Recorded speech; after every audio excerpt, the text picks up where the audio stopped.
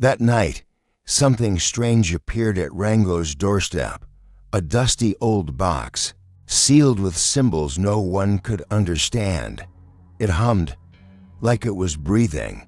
Rango stared, unsure whether to open it, as the moonlight flickered across its surface. And then, the box twitched. As Rango touched the lid, it blasted open. A swirl of light shot out, pulling the air with it. Papers flew. The ground trembled. A portal formed, glowing blue, whispering with toy-like voices. Before he could escape, Rango was dragged into a nightmare, into Toyland. Rango crashed onto the dirt of a place that looked like a child's dream twisted into a nightmare. Stuffed animals stared without blinking. A broken merry-go-round spun slowly. Fog danced through the streets. This wasn't a toy world, it was a graveyard of forgotten joy. A sound made him freeze, a porcelain doll limping across the cracked floor. Its head jerked sideways, its single red eye locking onto him. Rango ducked behind a toy chest. The doll whispered, dragging one leg like it remembered how to be loved, and lost it. Then came the growl. A teddy bear, huge and deformed, missing an eye, stood in the doorway. Its stitched mouth tore open with a snarl. Rango backed away, heart racing. This wasn't a toy, it was something far worse, and it was hungry. He sprinted into the only place left, a rotting toy factory. Rusted machines groaned to life. Doll heads rolled across conveyor belts. Green smoke hissed from vents. Rango weaved through the chaos, chased by the sound of clawed feet scraping behind him. Suddenly, the machines stopped.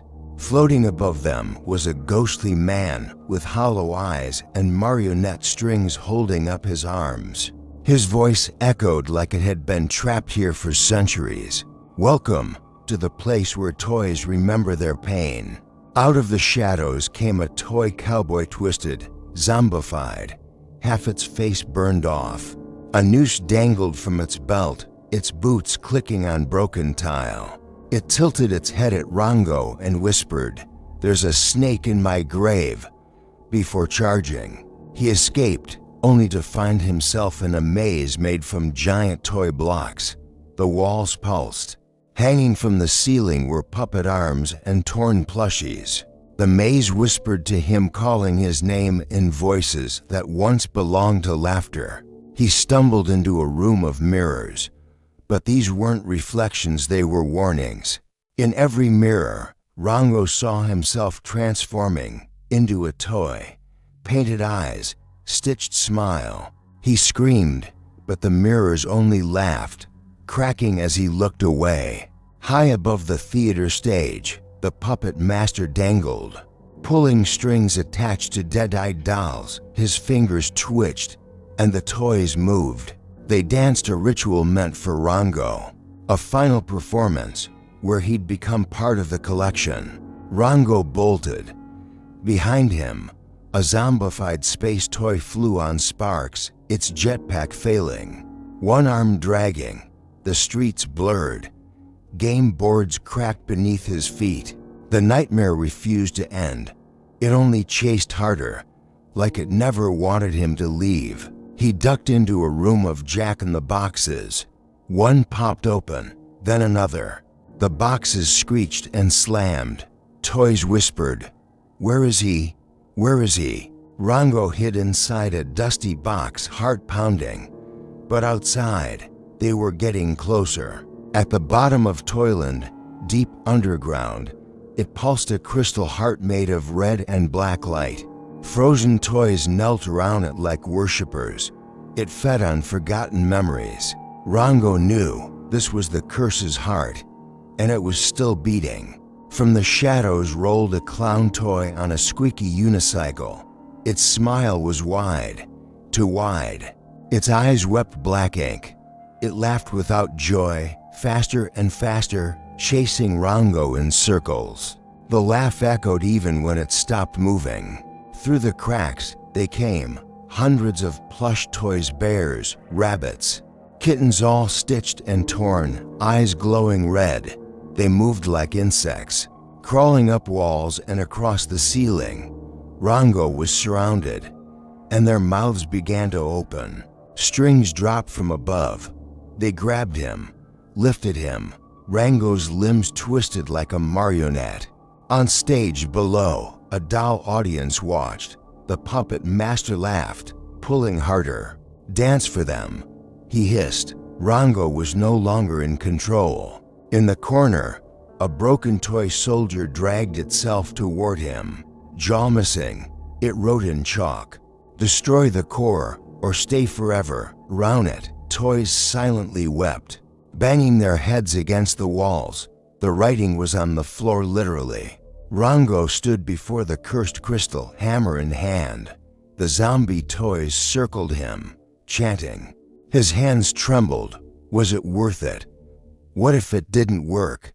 But behind him, he heard them getting closer. He had to choose. Now, he struck, and again, the crystal cracked, then shattered. Light exploded outward. Toys froze mid-step. The puppet master screamed, unraveling into string. The ground shook. The curse was breaking, but so was the world around it. The buildings of Toyland collapsed into dust.